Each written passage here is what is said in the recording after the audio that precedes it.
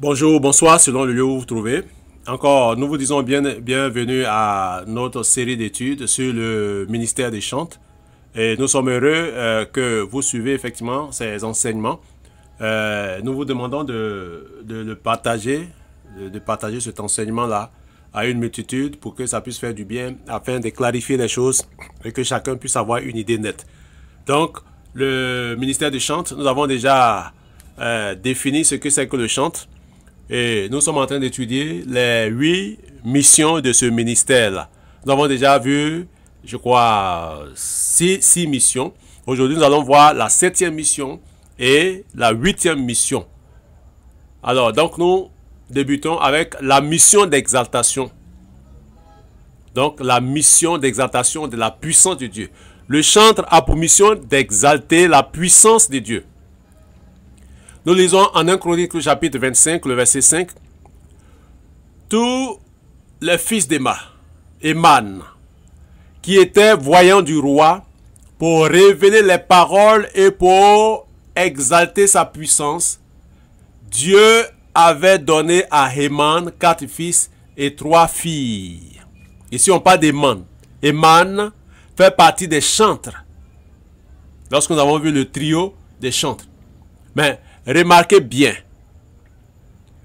il a dit que ces enfants-là, non seulement révélaient les paroles, mais ils exaltaient la puissance de Dieu. Nous allons voir, revenir là-dessus, la révélation. Ça, c'est du domaine de la prophétie. Mais les chants aussi apportent la révélation.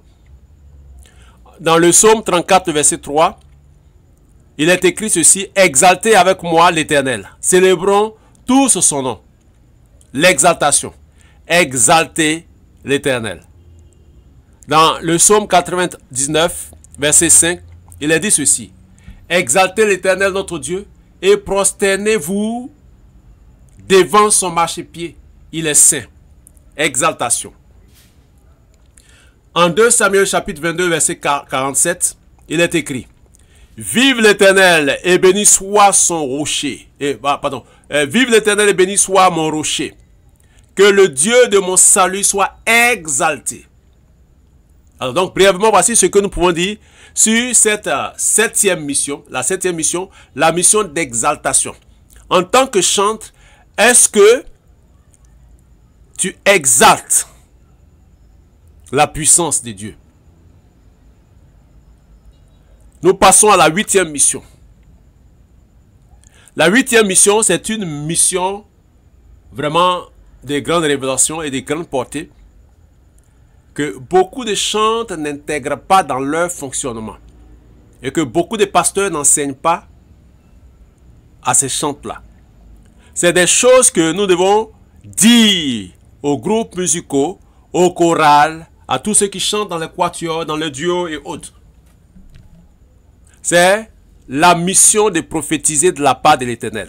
Un chantre a pour mission, et il peut prophétiser, et il doit prophétiser de la part de l'Éternel.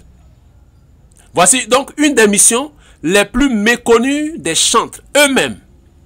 Les chantres ont une mission de parler, de proclamer, d'annoncer, de révéler les oracles de Dieu, de prophétiser. Ils sont aussi des voyants, les chantres. Ils sont des voyants. Nous allons en donner quelques versets et étudier un cas pratique dans la dimension prophétique du ministère des chantres. Quand on lit dans 1 Chronique chapitre 25, le verset 3, il est dit ceci: sous la direction de leur père Yedoutoum, qui prophétisait avec la harpe pour louer et célébrer l'Éternel.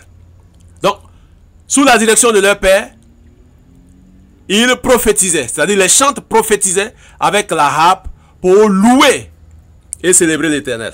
Lisez cela dans 1 Chronique, le chapitre 25, verset 1. 1 Chronique, le chapitre 25, le verset 5 également.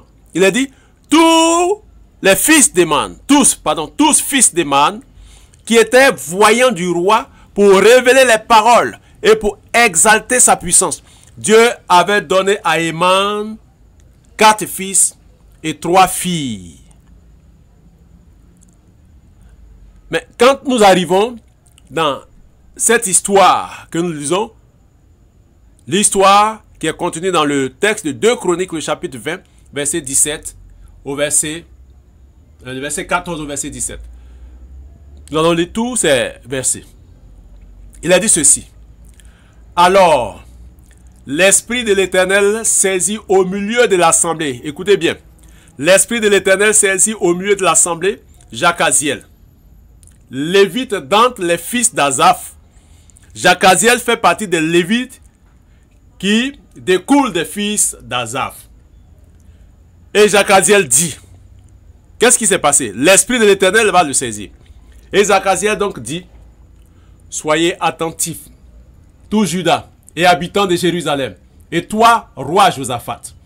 Ainsi vous parle l'Éternel. N'est-il pas cette expression fameuse que les prophètes Isaïe et autres utilisaient? Ainsi parle l'Éternel. Mais voici Jacaziel qui est en train d'utiliser cela. Et il commence en disant, soyez attentifs. Il est en train de prophétiser. Soyez attentifs, tout Juda et habitants de Jérusalem, et toi, roi Josaphat. Ainsi vous parle l'Éternel. Ne craignez point et ne vous effrayez point devant cette multitude nombreuse, car ce ne sera pas vous qui combattrez, ce sera Dieu. Demain, descendez contre eux.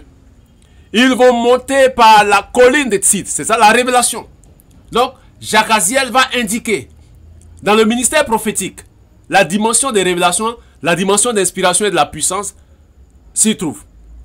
Ici, Jacaziel va parler à tout le peuple et au roi.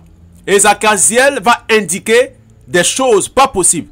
Il dit demain, descendez contre eux. Parce qu'ils vont monter par la colline de Tsid. Et vous les trouverez à l'extrémité de la vallée, en face du désert de Jéruel. Révélation.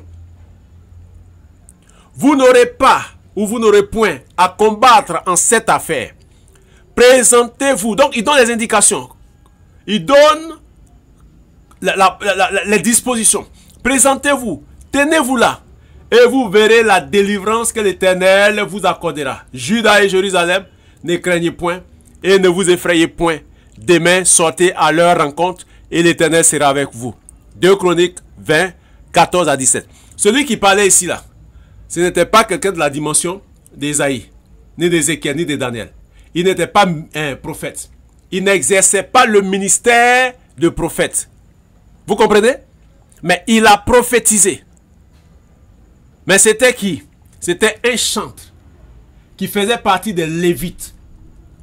J'ai dit bien un chantre qui faisait partie des Lévites. Et ce chantre-là avait reçu cette mission que ses confrères, ses autres amis chantres, en réalité, pouvaient manifester. Voici pourquoi nous disons que les chantres ont pour mission de prophétiser de la part de l'Éternel. Les chantres ont pour mission de prophétiser de la part de l'Éternel. Lorsqu'on va un peu, on retourne en 1 Chronique, le chapitre 25, le verset 1. Il est écrit ceci. David et les chefs de l'armée mis à part pour le service, ceux des fils d'Azaph, d'Éman et de Jeduthun, qui prophétisaient en s'accompagnant de la harpe, du luth et des cymbales. Mais c'était des chantres. Ce n'étaient pas des prophètes. C'était des chantres qui prophétisaient. Alors, on va voir quelques exemples de la dimension prophétique.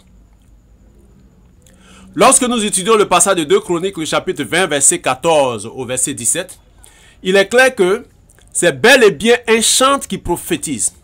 Jahaziel, issu de Matania, est un fils d'Azaph. C'est lui qui, saisi par l'Esprit de l'Éternel, va exhorter le peuple et révéler le plan d'attaque des Ammonites, des Moabites et ceux de la montagne de Séir. Jahaziel va donc donner la stratégie de défense et de riposte sous l'inspiration divine, en précisant l'opportunité de cette offensive. Demain, il dit demain, 2 Chroniques 20, verset 16. Il rassure tout le monde, le verset 15. Il révèle la stratégie, la position géographique de l'ennemi, emplacement et issue finale, verset 17. C'est justement ce que le voyant faisait à l'époque des rois. Celui qui prophétisait ainsi n'était pas un prophète, mais justement un chantre. Car est-il dit que Jahaziel est lévite dans les fils d'Asaph, le verset 14. Comme nous avons vu déjà, Asaph est parmi les 3 principaux chantres sous le roi David. Voir organigramme généalogique que nous avons fait dans notre document, le livre intitulé « Ministère des chants restaurés ». Et même le roi Josaphat va être inspiré par cette atmosphère que le ministère de chantre-prophète de Jahaziel va créer. Il va lui aussi, Josaphat, exhorter et rassurer le peuple dans la confiance. Vous comprenez? L'exercice du ministère de chantre. Mais cette dimension de prophétie ou de prophétiser va mettre le roi Josaphat en confiance. De sorte que Josaphat lui-même va commencer à exhorter et à rassurer le peuple dans la confiance. Lisez bien cette histoire dans les références qui ont été données. Les chantres sont vraiment essentiels. C'est donc après, selon cette histoire que nous avons lue, c'est donc après la prophétie de Jahaziel que Josaphat, roi de Juda, va désigner des chantres en vêtements sacrés pour faire entendre la louange. Le verset 21. Une véritable stratégie dans une direction de l'esprit. Et les conséquences du ministère des chantres furent extraordinaires ce jour-là. C'est du jamais vu. Lisez le verset 22 au verset 30. Les Lévites chargés de la louange étaient bien de la partie. 2 Chroniques 20, verset 19. On parle ici de la guerre. Les Lévites étaient là. Des chantres ont été désignés de louer l'Éternel. Et c'est en ce moment précis que Dieu dressa une embuscade contre la coalition ennemie. 2 Chroniques chapitre 20, verset 21 à 22. Mais ça, c'est grâce à qui? C'est grâce au ministère des chantres que Dieu accorda cette victoire historique au peuple d'Israël sous le roi Josaphat. C'est un exemple de la dimension prophétique du ministère des chantres que nous voulons voir restaurer de nos jours. Chantres, mettez-vous à rechercher cette dimension prophétique. Disposez-vous, ayez des temps pour que le Seigneur se révèle, le Seigneur se manifeste en vous. Parce que votre ministère n'est pas un ministère à négliger. Il faut donc être délivré de la pensée selon laquelle les chantres n'existaient pas à l'époque de Jésus ni des apôtres. Dieu est prêt à se manifester encore, comme au temps des juges, des rois, des prophètes et tous les serviteurs de Dieu vétérotestamentaires. La dimension prophétique provoque la révélation venant du Seigneur, l'inspiration et la guérison du peuple de Dieu. Dans le prolongement du ministère des chantres, selon Ephésiens 5, 19 à 20, les membres du corps de Christ, lorsqu'ils se réunissent, doivent s'entretenir par des psaumes, des hymnes et des cantiques spirituels, célébrer le Seigneur de tout leur cœur, rendre toujours grâce pour tout. Mais que dire des 8 missions de ce ministère, si important et incontournable pour le corps de Christ encore aujourd'hui?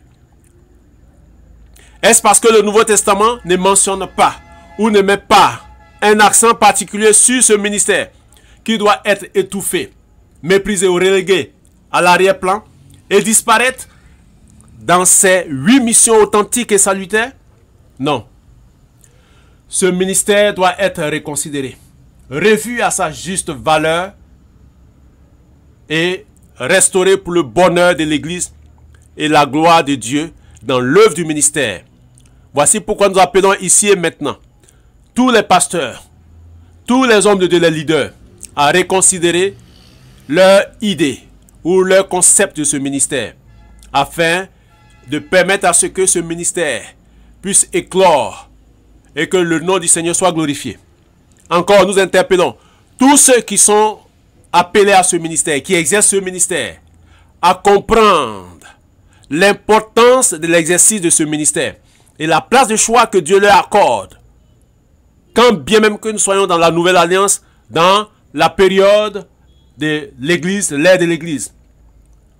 Ceci me rappelle ce duo de ministres du Seigneur au XVIIIe siècle. John Wesley, son frère Charles Wesley. Charles Wesley, qui est auteur de près de 2000 cantiques, aujourd'hui qui n'est pas su de beaucoup de méthodistes. Mais il est auteur de 2000 cantiques. L'histoire de l'église nous dit ceci. John Wesley et son frère étaient constitués comme une équipe qui allait en évangélisation. Et ils utilisaient une seule chaise pour aller au programme d'évangélisation. Pendant que l'un, Charles Wesley, était en train de chanter, exercer son ministère de chant, son grand frère, John Wesley, est assis dans la seule chaise. Et le ministère de chant de ce dernier, Charles Wesley, attire la foule. Parce que par l'exercice de ce ministère, des hommes sont attirés. Des hommes viennent. Et lorsque les hommes se rassemblent, sa troupe, Charles Wesley arrête et son grand frère vient prendre la relève, la place, parce que maintenant, c'est le service de la parole. C'est lui qui prêche, c'est lui qui enseigne. Et John Wesley vient prêcher. Une multitude de personnes s'est convertie.